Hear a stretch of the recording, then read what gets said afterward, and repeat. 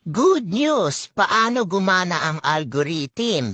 Kilala mo ba si algorithm? Si algorithm po, siya po yung nagdi-distribute ng mga ating mga video para ito ay magkaroon ng views.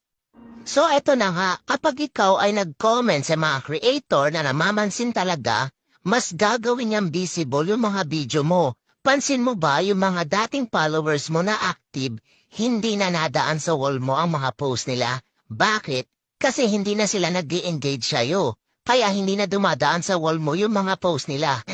Pero kapag continuous ang pakikipag-engage mo sa kapwa mo content creator, mas gagawin visible ni Meta yung mga video mo sa kapwa content creator mo. Mas i-distribute niya to sa mas maraming audience.